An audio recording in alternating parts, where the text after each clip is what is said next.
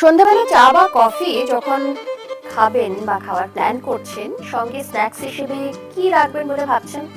ধরুন পুরোপুরি ভেজ নয়, খানিকটা নন ভেজ, চিকেন পকোড়া নাকি ফিশের কিছু। আমাদের কাছে কিন্তু একটা দারুণ চটজলদি রেসিপি রয়েছে, সেটা হলো ব্রেড পকোড়া। অবশ্যই সঙ্গে ডিমও থাকছে, অর্থাৎ পুরোপুরি কিন্তু ভেজ নয়, কারণ পেঁয়াজ থাকছে, আদাও থাকছে সঙ্গে। আর এটা বানাতে আজকে আমাদের হেসেলে কে এসছেন, কিভাবে বানানো হচ্ছে তার জন্য আমাদের হেসেল।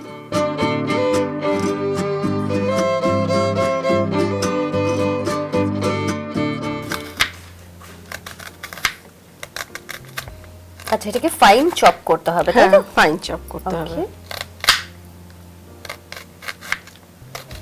আর সঙ্গে তো দেখতে পাচ্ছি উপকরণ খুব কম, মানে কম।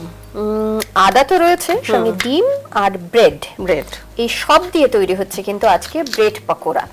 এটা বাচ্চাদের বড়দের একটা খুব ফেভারিট রেসিপি, কারণ স্ন্যাক্স হিসেবে ব্রেড পকোড়া কম বেশি বাড়িতে কিন্তু সব সময় হয়। তবে নরমালি যেরকম ব্রেড পকোড়া হয়, তুমি কি সেরকমই বানাচ্ছ না আলাদা কিছু টুইস্ট আছে? হ্যাঁ, টুইস্ট বলতে আমি একটু ম্যাগি মশলা অ্যাড করব। আচ্ছা, কারণ ম্যাগি মশলার যে স্মেলটা, মানে ফ্লেভারটা, ওই ফ্লেভারটা একটা এনহ্যান্স করবে। আর এই ব্রেড পকোড়া বানাতে, অর্থাৎ অথেন্টিক ব্রেড পকোড়া বানাতে আজকে আমাদের হেসেলে দীর্ঘদিন পর, মানে হ্যাংলা হেসেলে বোধহয় শেষবার রান্না করতে এসেছিল স্মিতা 2021-এ। বুঝতে পারছেন দীর্ঘদিন কেন বলছি। 2021-এর পর 2024-এ আবার আমাদের হেসেলে কিন্তু আমার সঙ্গে প্রথমবার দেখা, বাগুইহাটি থেকে স্মিতা ব্যানার্জি। আর স্মিতার সঙ্গে দেখা তো হয়েছে, স্মিতার ছোট্ট একটি বাচ্চা রয়েছে, সে ক্লাস 2-তে পড়ে, তার সঙ্গেও দেখা হয়েছে, সে কিন্তু ভীষণ পাকা। যাই হোক, তা সে এখন এখানে নেই, কিন্তু তার জন্য তাদের মানে তার সঙ্গে আপনাদের আলাপটা এখন করাতে পারছি না, ইন ফিউচার নিশ্চয়ই করাবো। তবে ব্রেড পকোড়া কি তোমার পছন্দের বেশি না ছেলের পছন্দ? ছেলের পছন্দ। ছেলে বেশি ব্রেড প্রচন্ড পছন্দ করে, সেই জন্য মাঝে মধ্যে বানিয়ে দিতে হয়। ওকে, আচ্ছা, ছেলের একটা রেসিপি তাহলে আপনাদের জন্য। আচ্ছা, এবারে বলো, তুমি তো পেঁয়াজ কাটছো, আমি তোমাকে কিভাবে হেল্প করতে পারি? এখানে শুধু পেঁয়াজ আর কাঁচা লঙ্কাটা কাটলেই হয়ে যাবে, আর কিছু কাটার ব্যাপার নেই। তাহলে আমি তোমার জন্য একটা বোল রেডি করি। গোটা জিরে আছে তো? গোটা জিরে আছে, লাগবে, আর গোলমরিচ লাগবে। গোলমরিচ ডাস্ট না গোলমরিচের মানে ডাস্ট? ঠিক আছে, গোলমরিচও রয়েছে। আমি তাহলে একটা বোল দিই তোমাকে, যেটা আমাদের মিক্স করবে, তাই তো? হ্যাঁ, একটু বড় হলে ভালো হয়। দেখো, হ্যাঁ ঠিক আছে, ওটা ঠিক আছে। আচ্ছা, এবারে এটার মধ্যে কি করব বলো তো? ব্রেডটাকে একটু জলে ভিজিয়ে নিতে হবে, যাতে একটু সফট হয়ে যাবে, তো তাহলে মানে ওটাকে দিয়ে বাইন্ডিংটা সুবিধা হবে। আচ্ছা, জলে ভিজিয়ে জলটা কি বাদ দিয়ে করব? হ্যাঁ, জলটাকে জাস্ট স্কুইজ করে নিতে হবে। ঠিক আছে, তাহলে জল রেডি করলাম। আর ডিমটাকে কি করব বলো তো? ডিমটাকে যখন এই সমস্ত উপকরণগুলো দেওয়া হয়ে যাবে, তখন ডিমটা দিয়ে ওটাকে জাস্ট মাখার সময় ডিমটা দিতে হবে। ডিমের পুরো পোরশনটাই দেব? পুরো পোরশনটা, ওকে, ওটা কোনো প্রবলেম নেই। আচ্ছা, এখানে অনেকেই বাড়িতে করেন যেটা আলু দিয়ে করা হয়, যেটা স্মিতা শুরুতেই বলছিল, আলু ব্যবহার করেন, কিন্তু আমরা অথেন্টিক ব্রেড পকোড়া যেহেতু বানাচ্ছি, আলুটা পুরোপুরি বাদ দিয়েছি। আর অনেকে স্বাস্থ্যের কারণে আলু খেতেও চান না, তো সেক্ষেত্রে তাদের জন্য খুব পছন্দের এটা। আচ্ছা, তোমার তো ওটা কাটা হয়ে গেছে, এবারে তোমাকে আমি, আচ্ছা, কটা পেঁয়াজ দিচ্ছ এখানে? আমি এখানে 4টে দিয়েছি। 4 পিস তোমার ব্রেড রয়েছে? হয়তো লাগবে না, ওটা 3 পিসেই হয়ে যাবে। 3 পিস, তার মানে পেঁয়াজের পরিমাণটা একটু বেশি হবে। পেঁয়াজের পরিমাণটা একটু বেশি হবে না।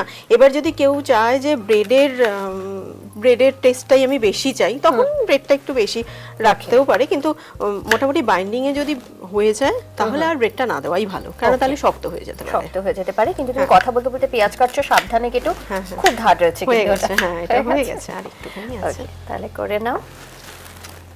কারণ এই পেঁয়াজ কাটা, তারপরে মিক্সিং, তারপরেই কিন্তু পকোড়াটা ভাজা হয়ে যাবে, তাই এটাতে বেশিক্ষণ লাগবে না। হ্যাঁ, তুমি ফাইনালি এটাতেই তুলে দাও, যেটাতে মাখবে আর কি। কাঁচা লঙ্কাও বোধহয় কাটতে হবে। কাঁচা লঙ্কাটা কেটে দিই। ঝালটা যে যার মতন, যে যেমন খাবেন ততটুকু দেবেন। তুমি কেমন ঝাল খাও? আমি খুব একটা ঝাল খাই না, আর ছেলের জন্য খুব মিল আছে, ঝালটা আমরা কম দিয়েই আজকে বানাবো। তাহলে একটা লঙ্কা, কারণ গোলমরিচটা থাকবে তো, হ্যাঁ, তার একটা আলাদা ঝাল রয়েছে, তার একটা আলাদা ঝাল, দরকার হবে না খুব একটা বেশি ঝালের। এটাকে তুমি হাত দিয়ে মাখবে না চামচ দিয়ে? কি দিয়ে মাখবে বলো? হাত দিয়ে মাখাটা ভালো হয়, চামচ দিয়েও মাখা যেতে পারে, যেটা তুমি কমফোর্টেবল যেটাতে, সেটাই করো। তাহলে একটাই দিলাম। হ্যাঁ, এবারে ব্রেডটা আমি প্রথমে না দুটো ব্রেড নিচ্ছি, হ্যাঁ ঠিক আছে। যদি হয়ে যায় তাহলে আর দরকার হবে না। জাস্ট জলটাকে পুরো বাদ দিয়ে দিচ্ছ, তাই তো?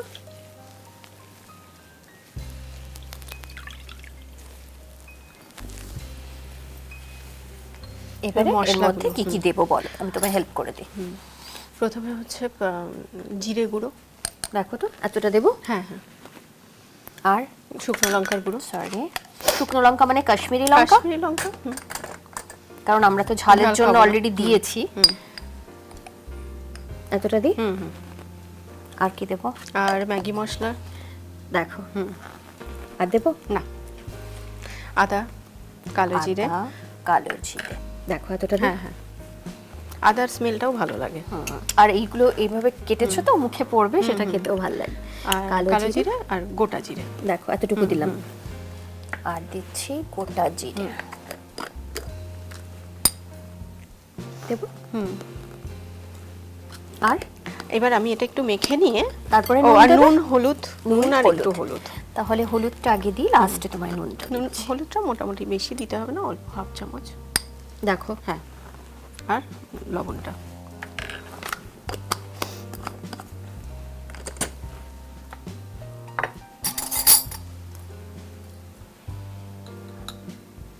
নুনটা তুমি দেখো। হ্যাঁ হ্যাঁ, ব্যাস ব্যাস। ব্যাস।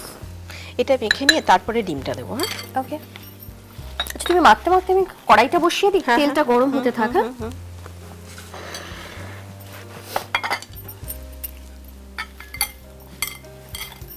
এটা কি ফ্রাইং প্যান বসালে সুবিধা হবে তোমার? না, একটু না, একটু মানে ডিপ ডিপ কড়াই হলে ভালো হবে। ভালো হয়, তাই হ্যাঁ। তো? ঠিক আছে। আচ্ছা, আমি এখানে না দুটো ব্রেড নিয়ে নিচ্ছি। হ্যাঁ, আর লাগবে? হ্যাঁ, হ্যাঁ, দুটো নিয়ে নাও।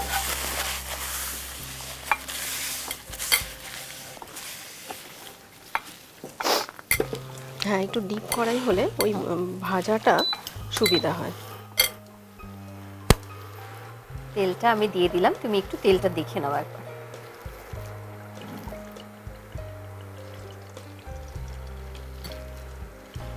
ব্যাস। হ্যাঁ, ঠিক আছে। এবারে কি ডিমটা ভাঙবো? হ্যাঁ, আমি এই বাটিটাতেই ভাঙি, তারপর হ্যাঁ, এখান হ্যাঁ, থেকে ঢেলে দেবো। আগে না একটা দিলে হয়ে যাবে।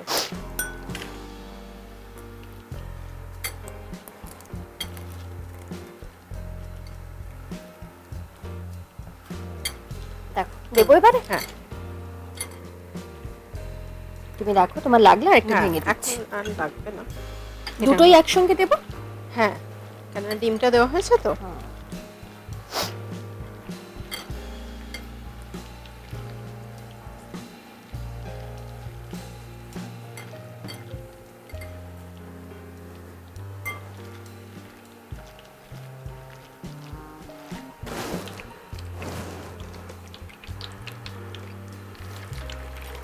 এদিকটা থেকে দাও। না, দেখছি হয়েছে, তেলটা গরম হয়ে গেছে। হ্যাঁ।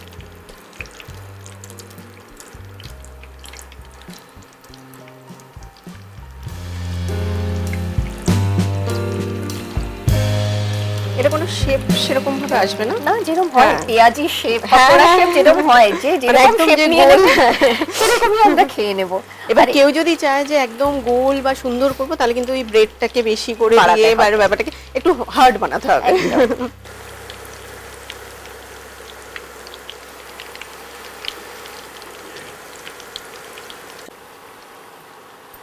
হয়ে গেছে না?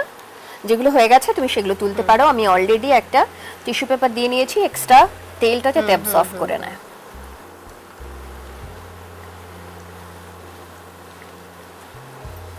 এটার সঙ্গে কিন্তু সাইডে গরম কফি বা চা, এটার খুব দরকার। চা, তোমার কোনটা পছন্দ, চা না কফি? আমি অ্যাকচুয়ালি চা মানে কফি ভালোবাসি, কিন্তু কফিটা আমার একটু অ্যালার্জির প্রবলেমের জন্য আমি খেতে পারি না। ও, তো চা।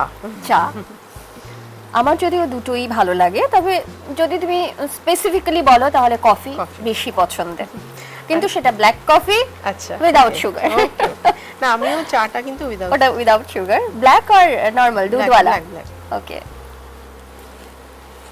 ডিপের জন্য একটা টমেটো পিউরি দিলাম, একটা মেয়োনিজ দিলাম। নাও, বাকিটা তুমি সাজিয়ে নাও।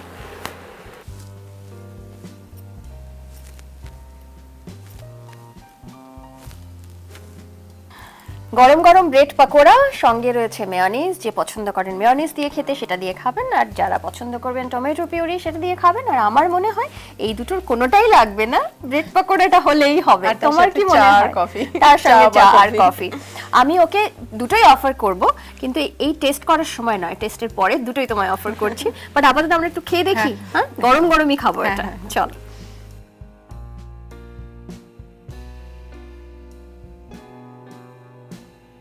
একটু টেস্ট করি। তুমি খেয়ে ওকে, আমাকে বলো কেমন হয়েছে। কথা হবে না, খেয়ে নাও প্লিজ, গরম গরম খাও। এটার কি বলো তো, তুমি যেটা বলছিলে কেউ যদি ব্রেড বেশি দিতে চান দিতেই পারেন, কিন্তু আমার মনে হয় এটা বোধহয় খেতে বেশি ভালো লাগছে। হ্যাঁ, একটা পেঁয়াজেরও ব্যাপার আছে। হ্যাঁ, আর একটা যে স্মেলটা সুন্দর, একটা পেঁয়াজের, কাঁচা পেঁয়াজেরও একটা স্মেল যে আসে না, ঠিক কাঁচা পেঁয়াজ না, মানে হাফ ভাজা যে পেঁয়াজটা, ওই একটা স্মেল। ওই যে বললাম একটা পেঁয়াজি যারা খেতে ভালোবাসেন তাদের এটা খুব পছন্দ হবে সব মিলিয়ে। আমি পুরোটা খেয়ে নিই তারপরে কথা বলছি। সব মিলিয়ে আজকে আপনাদের জন্য স্মিতা আমাদের হেসেলে এসে বানালো ব্রেড পাকোড়া।